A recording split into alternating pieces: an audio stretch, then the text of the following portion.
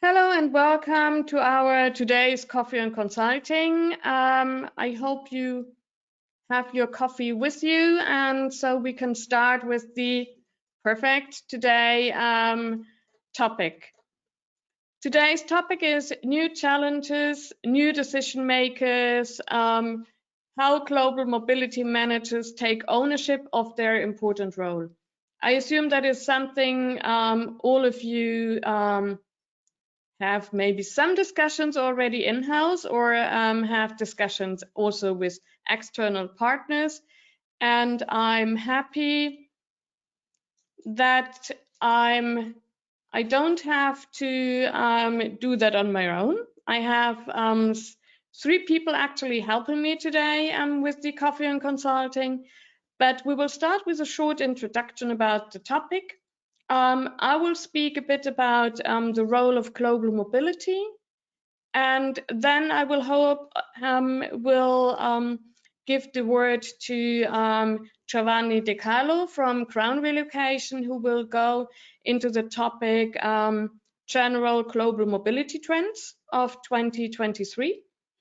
And then there will be a discussion, because we have even further help today, with Nevanka Apollonio, VP HR Business Group After Sales and Corporate Functions from Rita, and Nadine Membres, Global HR VP from Medmix Sugarry. So you see, we have lots of people here today, and it will be quite interesting also in the end to see all your questions about the topic or the challenges you have currently. And therefore, I would encourage you to write down all your questions you have. On the right-hand side, you will find a box where you can put down all your questions, and we are happy to answer them in the at the end. In case time will not allow us, we will then just come back after the event.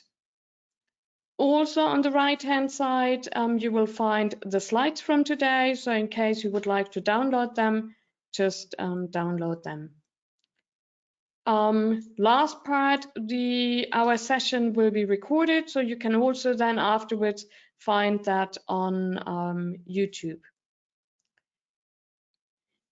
My part will be a quick summary and a quick status update, maybe where I think the role of global mobility is currently, and what the challenges are, or what I see from kind of the external view on the company side. I think lots of companies, at least in the European area, are still at the first or the second step, like global mobility is a kind of at the beginning or supporting assignments, as well as a bit under development, because lots of companies realize that they need to do a bit more, or that there are things which they should rather focus on, and are also seeing that they might need to kind of educate their global mobility even a bit further to be this strategic partner, and to see that how that can actually help the business to develop and going into a better future, meaning that the value of each of the individuals when going abroad will also really bring something back to the company. And that is where you may have heard, or maybe have already introduced that in your company, the return on investment of assignments. That is something which I think companies really should start thinking about, to also see that assignments do not just cost a lot of money and you have to invest a lot of it, but you also can get something out of it, which is actually a benefit for the company. And I think currently we see that in the more Anglo-Saxon countries, they're a bit more into that topic already, which helps in the end, global mobility as well, because they show with that as well what their value is, and that they are not just spending money, but they actually also looking at what the benefit is. We had been last week in Amsterdam at the Forum of Expat Management Conference, and there was a long discussion about that global mobility should really have a seat at the big table, and is even more today with all the topics about remote working, workation, and so on, should be really be involved in all the developments of a company and can help a lot and support a lot in that regard. Therefore, I think some of the topics is really something global mobility should look at and should see that how they can do or what can they do in order to become really the strategic partner and supporting the legal entities or the company the best as possible. That's a bit in short about the role of global mobility. I see that currently we are kind of at the second, sometimes in some of the companies only in the third level. Seldomly or rarely I see that global mobility is really on the top part. And I think there's still a bit what we can do. And I think it's good, like these coffee and consultings, where we can exchange ideas and help each other in the end to grow as well. That's when I also would like to hand over to Giovanni for the next, for the trends and the focus where we are today. Let me unmute myself. Can you hear me? Yes. Good, excellent. Thank you very much, Friederike, for this introduction. Hello, everyone, also from me. For those of you who don't know me, so my name is Giovanni Di Carlo. I'm in charge for the commercial activities for Crown in the EMEA region. I'm based in Switzerland, and been with Crown in this role now for it's amazing 15 plus years. Prior to joining Crown, I've worked within the aviation industry at Swissair Group, and I've been an expatriate myself on a couple of missions as a single, as a couple, as a family, with a repatriation to Switzerland, but to the French-speaking part before moving back to the German-speaking part, where I was born and raised as son of Italian immigrants, as you can derive from my name. I'm very happy today to join this coffee and consulting session. I understand it's a bit more an informal session where, you know, we want to also have or actually accommodate and allow an exchange. So we are looking forward to your questions through the chat. And also what we have prepared for you today is a short poll, so a survey with one quick poll question, allowing us to understand also with, you know, what you are currently involved and kept busy nowadays with regards to internationally deploy your employees. I'm very happy to have Nevenka Polonio and Nadine Membres with me today. Both are HR experts in the larger sense, so they're not purely and only entirely dealing with mobility. And I think that allows us today also to get their opinions from a wider perspective, but both, I understand, are very close to the business who needs to make decisions, and both are supporting the business in their everyday activities when it comes to not only deploy international assignees, but also hire internationally, so for international local hires, but also to deploy people permanently, or like Nadine more recently also when it comes to even, you know, relocate a whole group of people because of some macroeconomic events. So for today, what we're going to do is I will, on the next slide afterwards, show you a little bit where we're coming from. So what has kept us busy post the pandemic? What were the recovery activities and the impact in global mobility that we have observed from a Crown perspective? And we have also produced a couple of papers related to that. So I invite you also to have a look at our crownworldmobility.com homepage under the Insight section. as well as we will be soon, this week actually, publishing the Global Mobility Trends 2023 that we have observed, and you will see what these are in the next slide that I have towards. Together with Nevenka and Nadine, but also with Convinus, the idea is with your questions, also with your feedback, to discuss, what are the increased requirements for HR and global mobility experts from what we have experienced after the pandemic, currently right now, or even, with an outlook in the future, what we may expect us.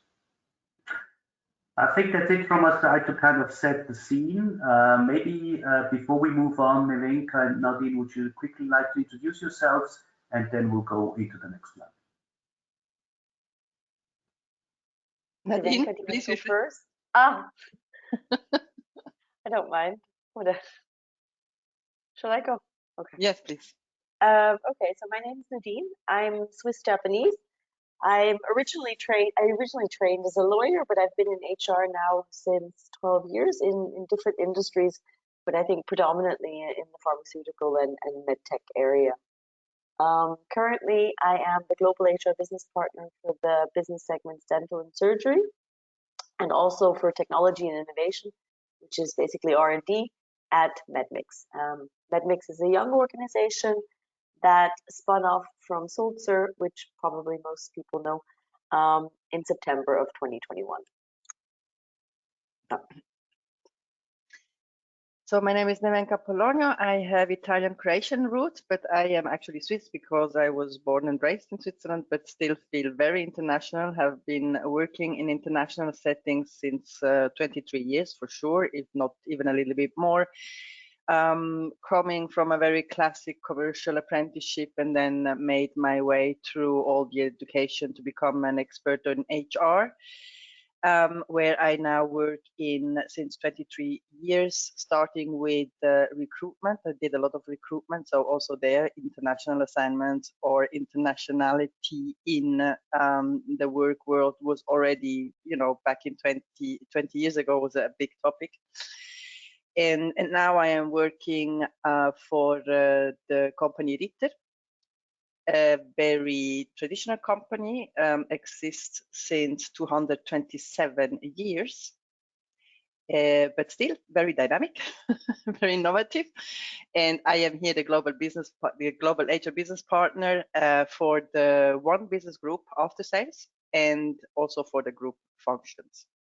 I've been dedicated to international assignments in the pharmaceutical area for 2 years, so I was really an international assignment manager, and I set up the processes for it. So that's when I really learned about this industry the most. Great, thank you both for this short introduction, as well as for afterwards sharing some of the current challenges that you are both experiencing. Because that makes it really more tangible and practical today also for all participants, so that they maybe can take away something from this session today. So can we move on to the next slide? Thank you very much. Yeah, let's have a quick look where we're coming from. So I don't want to kind of go back too far, but I think it makes sense to quickly look at where we're coming from since March 2020. Actually a few months before, maybe for those of you who are working in an international company who has also presence in Asia, because it all started in Asia, we know. And then as from March on, we saw this complete shutdown of the borders, pretty much a complete standstill of international assignments, because the borders were closed due to the pandemic. Something we had never seen before, something we're not able to prepare for, but I think looking back a little bit, we all managed this situation really well, with all the the complexity that we had, because some companies still had to send people on assignments for technical projects, and they had to figure out how, with all the restrictions, this could be organized. So I think following that, we saw some very challenging times, especially with regards to immigration requirements and all the travel restrictions that went with it. So global mobility experts or HR experts, again, in an in-house role, were challenged with finding ways of assigning people to different countries. And I think we all also agree that the duty of care aspects, so the employee well-being, the health of the employees and their families, increased in importance. Whereas the cost maybe, and that's the line that you see, lost a little bit on importance, because all the companies, everybody wanted to make sure that health and safety of their employees and families are protected, and started to apply some more flexibility. If we go into the third point, so we saw more flexibility when it came to defining the benefits and also the arrangement for relocating employees. For instance, larger housing arrangements, because people had to have also the possibility to have either an office to work from home or the kids to do their schooling from home as well. We saw also much more, obviously, increase in working from home and working from anywhere, including also virtual assignments. I think that's when the industry started defining virtual assignments. And still, this is keeping up today, because we also see that some of the changes that we implemented during the pandemic still today apply, and companies have converted them into something that remains.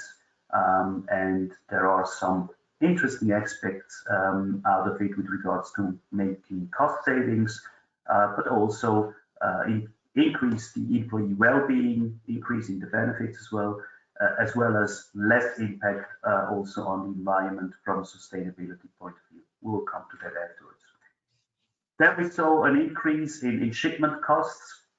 I think that has started to normalize a little bit, but obviously we are very close observing the freight rates for air shipments, but as well as for sea shipments. So many companies have also started to factor that into their considerations when sending somebody on an assignment or when hiring somebody internationally, and this keeps on being the case. And then when we thought, well, finally 2022 will be a much better year, well, we think we were all caught on the 24th of February by the happenings and the war in the Ukraine, which put a lot of companies again under pressure with regards to what shall we do with employees being, with their families in the crisis areas. And I think Nadine has certainly also there an example which she then can bring into the discussion. So we thought, well, we see a post-pandemic recovery, but then again, we had some additional challenges, which again put a lot of pressure on HR, supporting the business in making sure that those people who have to be on an assignment, who have to go into a host country to work on a mission, that this was possible.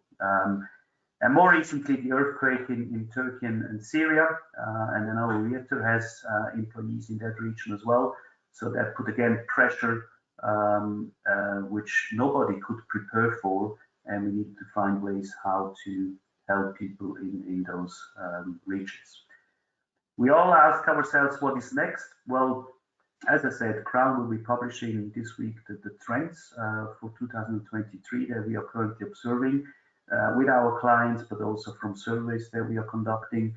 And Friederike mentioned it before, so from the FEM conference in Amsterdam last week, I think sustainability or the E in ESG, so the environmental aspects, seeing an increase in importance, but also the social aspects, which would then go into equity, diversity, and inclusion, or DE and I, as most companies that define this abbreviation, are gaining also in importance, as well as technology. So with this, I invite you to, listen to the conversation, listen also to what Nevenka and Nadine will be, explaining as challenges that they have been facing, also putting forward questions, and watch also out for the trends that we will be publishing later this week. At this stage, I would like to quickly do the poll, if that's fine, Mrs. Bori. Excellent. And I'll hand over to Ulrike to do quickly the poll. Mm-hmm.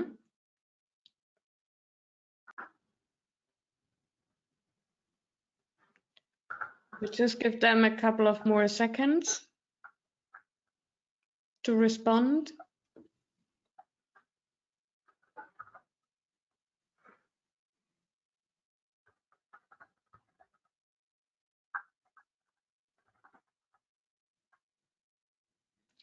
Maybe 5 more seconds and then.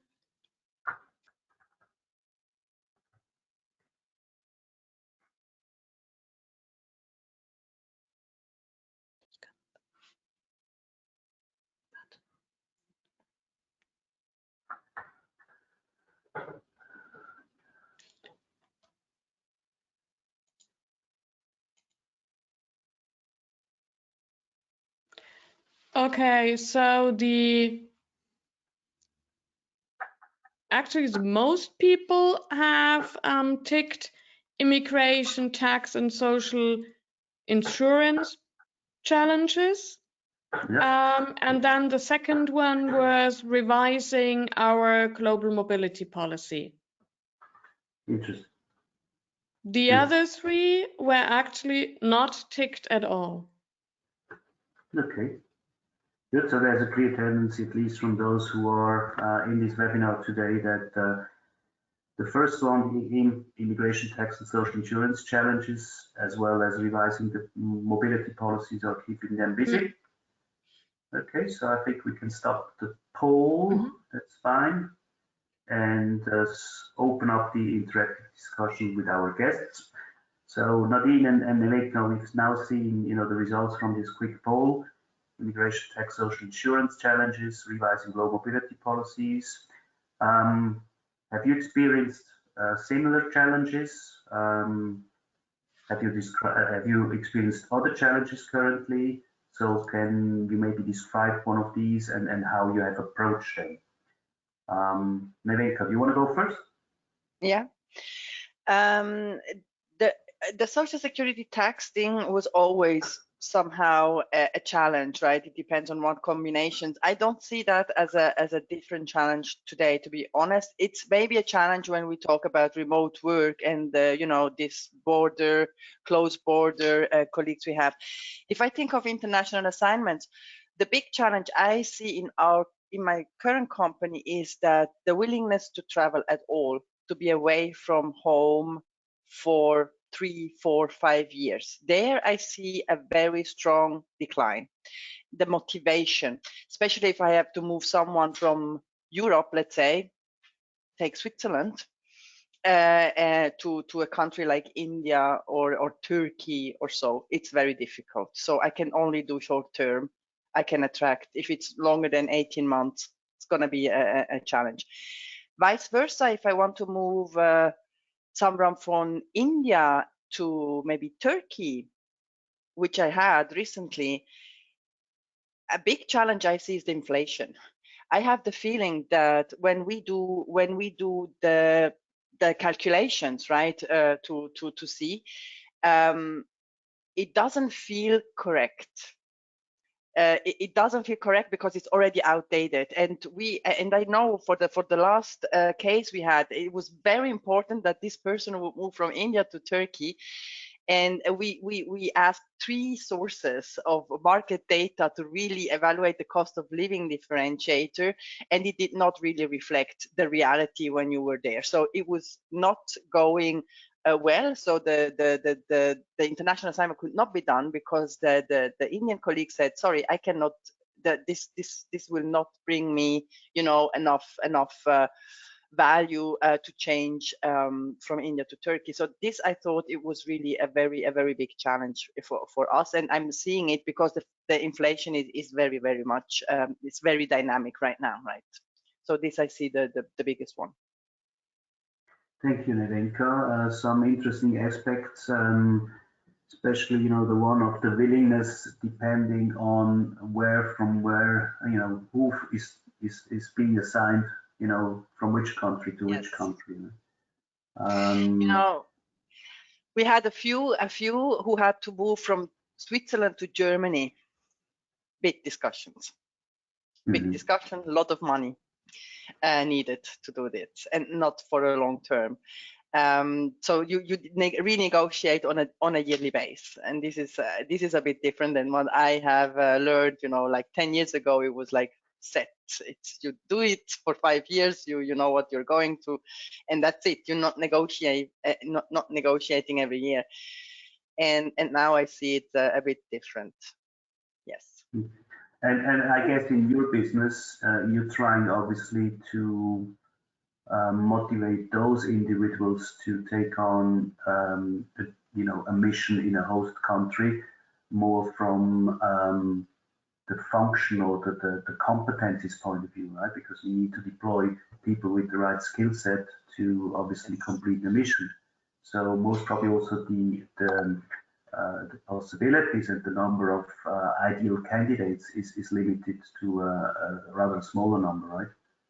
That is absolutely correct, John. Yes, it's very limited. It's always the same people you ask for the projects, right? Because they take the experience implementing things in one country, and you want to have this replicated to different countries. And these are the people who are at some point not willing anymore, right? Because it's like they get tired and they want to be more, and some have little children, right? They want to be more settled and have a more regular life. Or now also the other complexity coming in is that both wife and husband have equally important jobs, right? So this comes on top. What will my wife be doing if I'm going to India, right? She has to give up on her job, or if I go even to just to Germany. These are real big challenges today, where we had maybe a bit less, I would say, even still 10 years ago, 20 years ago for sure, right? Where it was clear that the wife was not having an ambition to have her own career maybe, but this is more and more. And it's the same. If I want to send a woman, it's the same, right? So I have to take care also of the husband's expectation and and ambitions. Yeah. But this is something I'm also seeing coming through more strongly.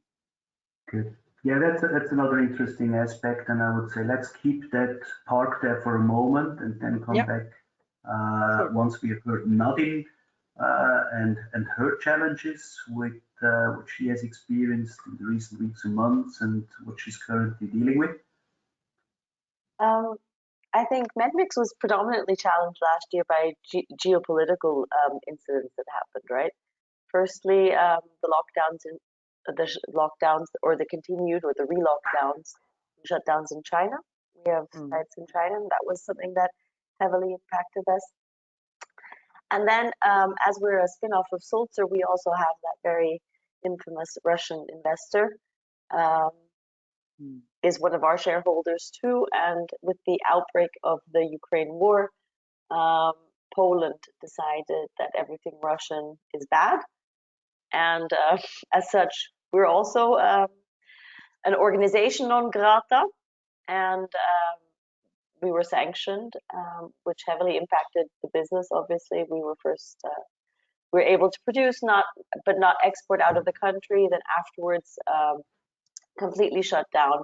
And now we're, although we perceived these sanctions to be completely unjustified, we weren't able to successfully retaliate. So we've come to the point now that we're actually selling our site in Poland due to those, to the secondary impacts or the consequences of the Ukraine, the outbreak of the Ukraine war, right?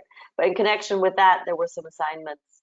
However, we couldn't really set it up as an assignment, because if it's an assignment, you need to have a sending organization, right?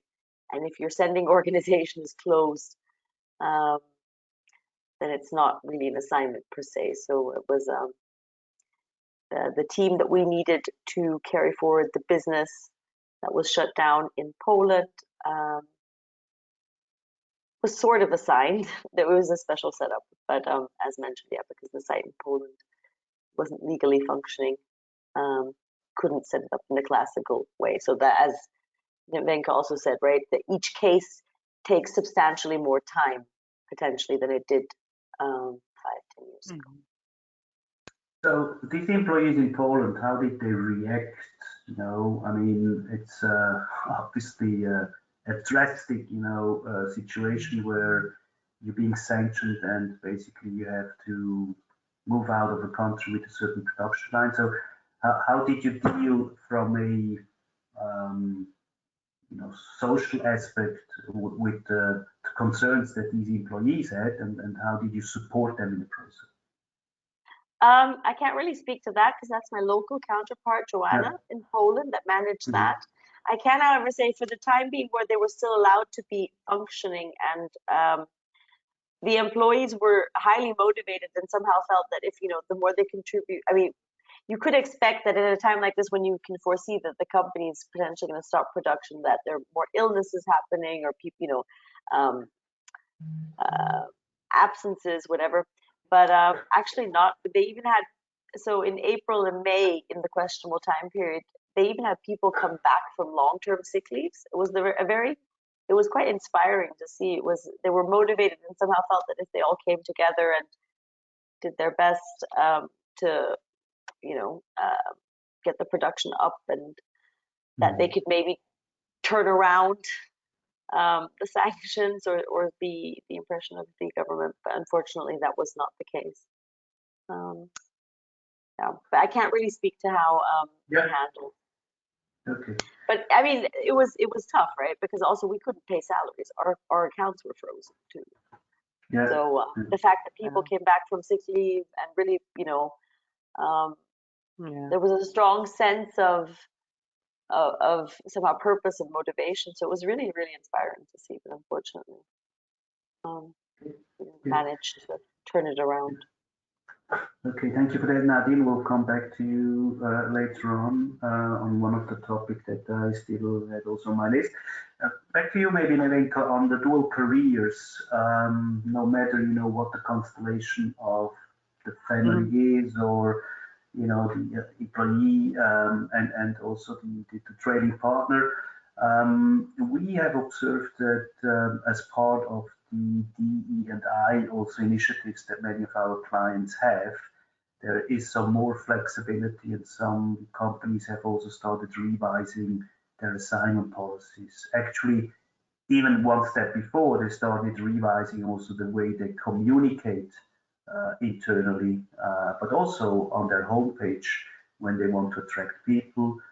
It's more equal, right? They are trying to address all the categories of potential employees that you could have, trying to be, as diverse as possible also. And when you look then at the benefits, some companies have been, starting to be more flexible when it comes to provide benefits to the family, including also helping the trading partner maybe to get a work permit if the country allows that, the trading partner can get a work permit, as well as if it does, or if it's possible to also support with finding a new job, so kind of a partner career support or language training support, whereas before it was only given to somebody who was in a married classical situation, as we know maybe from many, many years ago. What can you say to that? Is that something that you're seeing more coming up? And how is RIT dealing with such situations? The good thing with RIT is we have little policies sometimes. We have one for international assignments. And I must tell you, I look at it and I'm like, that's outdated. I cannot use it, right? And of course, it goes back. And what that gives me, I prepare that because I have to listen on. I think we need to have flexible policies. That's what I want to say, because in the end, I adapt. I take it as a frame maybe, but I am constantly asking for extraordinary things, right? So that's why the policy for me is something I would say, keep it very high level, but allow yourself flexibility, because you have to listen to each and every individual and what is important to him. And it can be, language service, it's something easy, right? That's a given. somehow. If you send someone abroad, you want to integrate them as well as possible, and then of course language service is something we would give. But then also, you know, if the spouse wants to have you know, a work permit, we would do that, we would allow that. So we would really listen to the expectation and try to accommodate every need, so to make it possible for the employee to go abroad and feel comfortable with it. And yes, we have this exact conversation I had, and I just did not stick to the rules we have, because also in our international assignment policy, it needs to be a spouse, you know, this conventional marriage thing, where I also, and there is really also what I see my job is crucial to change it, right? To say, no, this is not appropriate anymore. I will not obey to this policy, and because I have to also consider couples who have been together as married for a long time but not having this certificate as because these times are really changing. And yes, we can make these changes, but that's why I'm saying I'm not so much valuing anymore the policy, because I am breaking it all the time. It's like, yeah, I see, I read, but I cannot, sorry, I have to do something different, right? Yeah. So that's how we are dealing with that. And I'm not feeling the hunger from the group HR to change the policy right now, because it's also true that we're not having an international assignment order every week, right? We may have maybe 2 a year right now. It can increase with the new CEO. I see it can increase, but for now it was kind of manageable, also with all the exceptions we are doing, because we say, okay, we have the exceptions, you know, it's 5 or 6 people we can manage. Yes. But then how are you ensuring equity? Sorry, maybe it's the lawyer in me or the Japanese, but if you're doing it case by case, how then are you ensuring that your solutions are equitable? Because you have a value in the end, right? And you of course compare what am I giving to someone else to not disadvantage. But I just want to say, I let the employee pick the benefits he wants.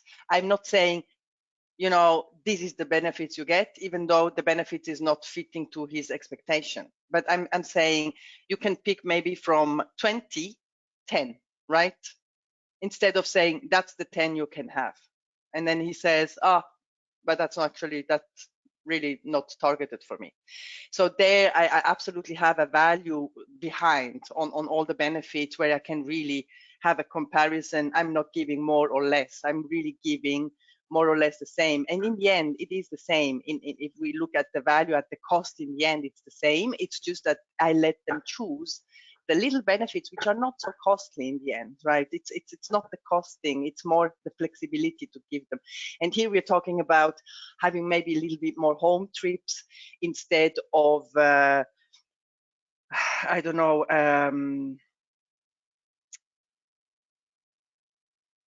a company car, for example.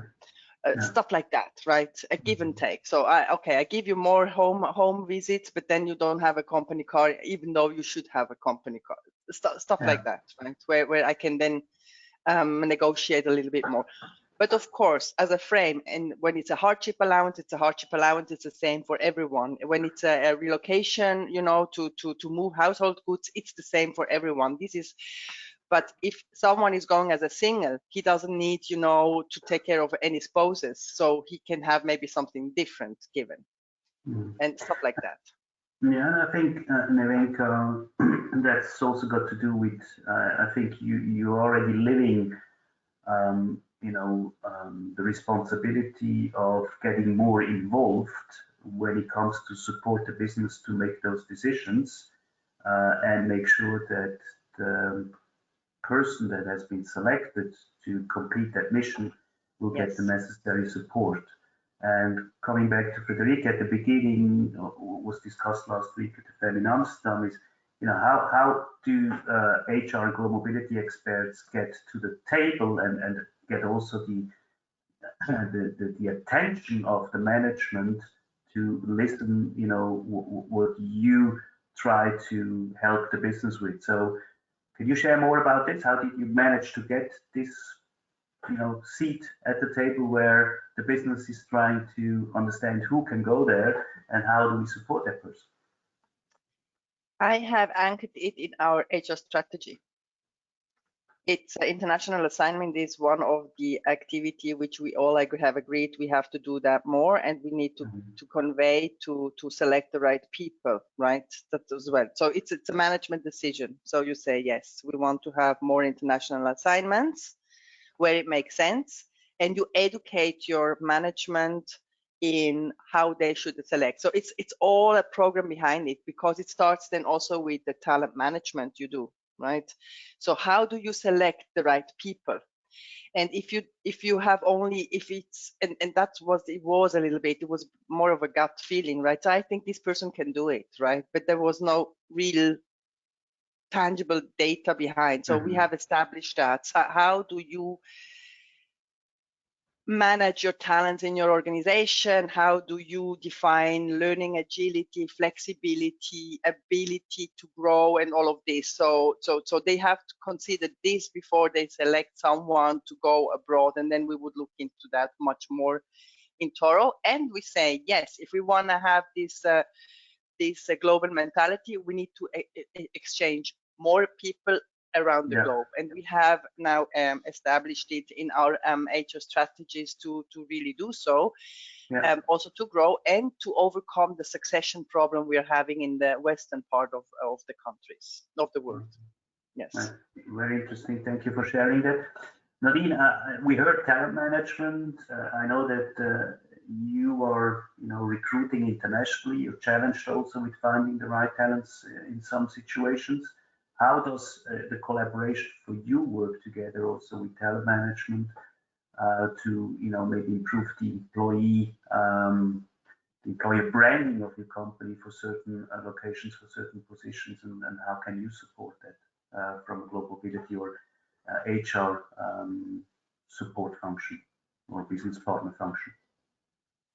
Well, I mean, currently, I think all organizations are kind of challenged to recruit, right? I mean, last year there are 70% of organizations weren't able to fill the positions that they had vacant, right? Potentially Medmix as a relatively young employer, or a young organization as such as a long-standing employer, and also an employer brand that could be somewhat stronger. We struggle a lot. I think something that Nevenka mentioned at the beginning of the conversation, that people aren't so mobile. I think I'm noticing that also in recruitments, right? It's not only they're not so mobile for assignments, or respectively, it's going to cost you, right? They're also not so mobile in terms of relocating, even within Europe, right? Because for our Swiss production site, which is based in Rheintal, it's not so attractive. So sometimes it's easier to find Austrian or German candidates than a Swiss candidate from Zurich, right? Because the site per se is not perceived as very attractive. But we are noticing that there's a bit of a recruitment is a struggle, and mobility. I mean, personal mobility has gone down after the pandemic. Although people seem to want to travel more, but they don't seem to want to. Well, travel is in short-term travel, right? Not for work. Not for work. Not for work. And honestly, and my experience with these digital nomad, these Generation Zs, is rather limited, right? Because we don't have these functions where they could work completely remote. We offer hybrid invariants, right?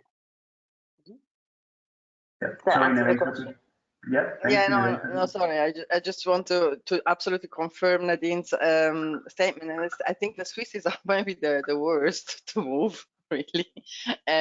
But however, I also see the willingness to travel is much more limited to a private level than for work, and because also people now can afford to travel. They can afford. That was different 20 years ago, 30 years ago. You were like, so you felt lucky if you can go, if you can be on business travel for you know, or you could be assigned to some country. That was a luxury. Today, you feel punished if the company wants to send you somewhere, right? So it's changed drastically, and we need to convey where we see that, and also in the retail, and that's where we really have to change the setup we have, is in the field service. You know, the field service 30 years ago, if I talk to my colleague who's been doing that, he started in the field service, is now an executive team member. He said that were so great times. You were so spoiled because, you know, a company would send you for 9 months to South America or to India or to China. Today, they want to go home after a month. They don't want to be 9 months abroad, right? So we need to convey that and be much more locally based so that you can really go back home every month, and I don't have to send you across an ocean, because that's then expensive. So I need to have hubs be closer to the client than it was 30 years ago. So it's changing. The willingness, motivation is changing drastically. Yeah, so a field engineer is somebody who goes into a host country of a client and installs A machine. equipment, machineries that they have ordered, Yes. right? So they typically go on 9 months, you say, so it's short-term assignments most probably, right? Yes, well, they have different contracts, right? They have different setups, but yes, it can be 3 months, it can be 9 months, it can be sometimes 18 months. It depends on on how big an installation base is, and typically they would stay there until they're done. And this is also something I have to change now. We say now we can. You know, we lose them because we see that they are starting to resign because they say, I don't want to be, you know, abroad so much time. Yeah. Good. Let me quickly check with the colleagues from Convinus. Have any questions come through? Because I'm not too familiar with GoToWebinar here. Apologies for that. This is Bori. Have we got any questions that came in? Yes, there are two actually, but I think you somehow answered them just. It is whether you have a vacation policy in place or your people don't like to do that at all and are not struggling with the same matter or problem as other companies, and whether you allow remote working from anywhere abroad.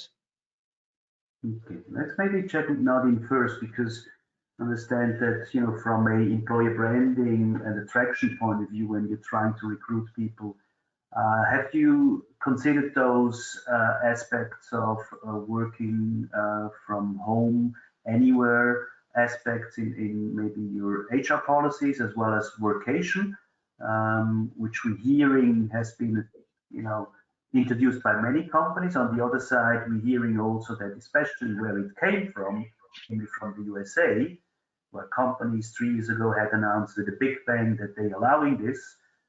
After now laying off thousands of people, they're calling their employees back to the office. So we're talking about companies like Amazon.com or Salesforce.com.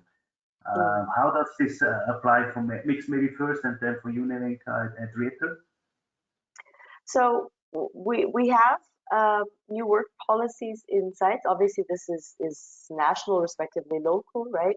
Which allows for remote working. It's in, well, throughout MedMix, it's always a hybrid model. I guess depending on the country, the number of days varies. In Switzerland, for example, as a standard, we foresee 2 days of home office per week.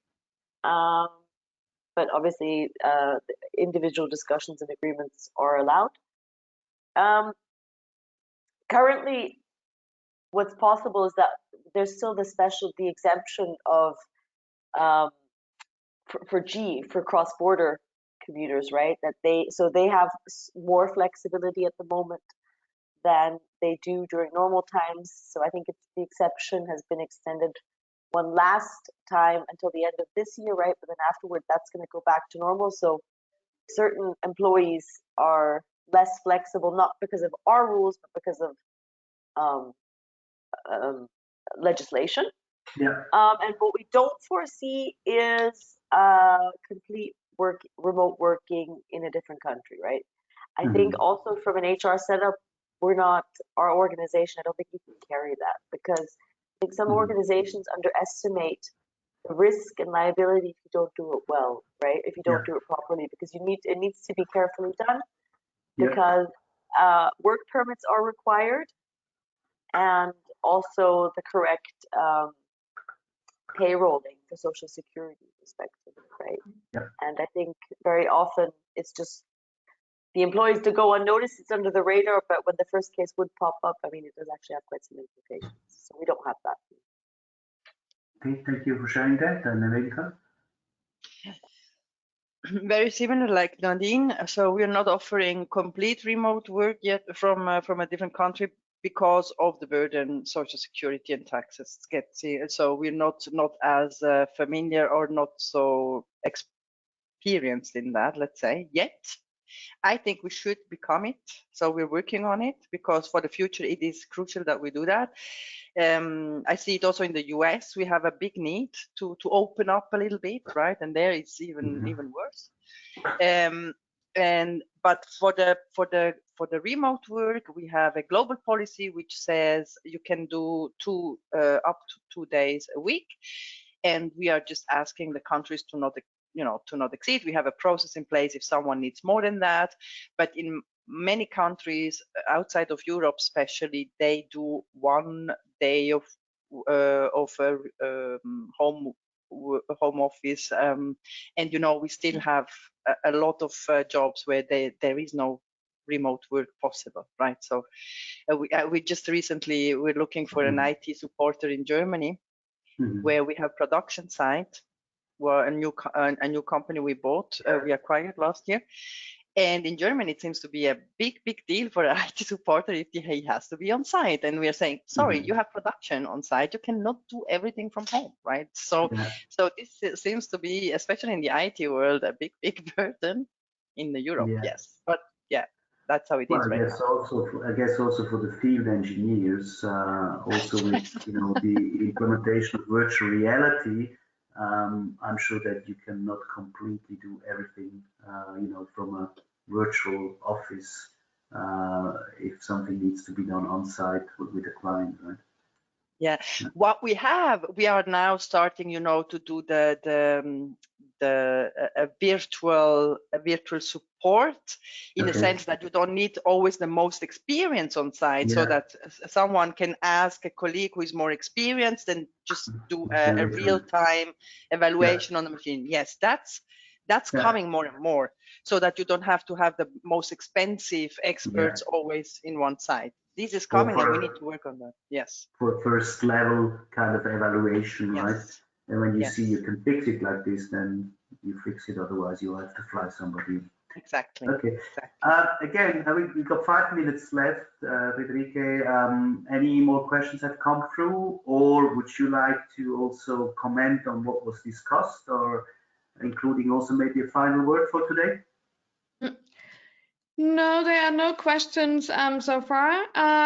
Just thank you very much for your insight. It was interesting, and we will see where we will be then in 1 or 2 years. Whether we have the same topics still, or maybe even different ones. And I'm curious then to see how you are with workation and remote working, because I see in practice that most of the companies are struggling currently with it, and that lots of people actually really would like to go abroad, and not just because of maybe combine it really with vacation, but more with visiting family or friends, and that is something they really like to do. But we will see. I will definitely ask you in a year's time where you are at that point. We will be happy to contribute again in a year's time, or even earlier. I think it's a topic that is starting to evolve, as we have heard also in both directions. Companies also, calling people back to the office. So I'm sure this will keep us busy, and will again, if we look at the increased requirements for HR, for global mobility, keep us busy in the next couple of months. Absolutely. So thank you very much. And I would like to close then today's coffee and consulting. We just will use the last minute for our next event after a webinar we will have in February still. Will be the bigger one will be in May, on the 10th and 11th May to Global Mobility Summit. There the topic is business traveler, because we really see that people would like to travel again, and they need from a business perspective as well, and therefore that will be our hot topic for the 2 days. We have split it a bit through the various regions, and you will get information and insights from the different regions.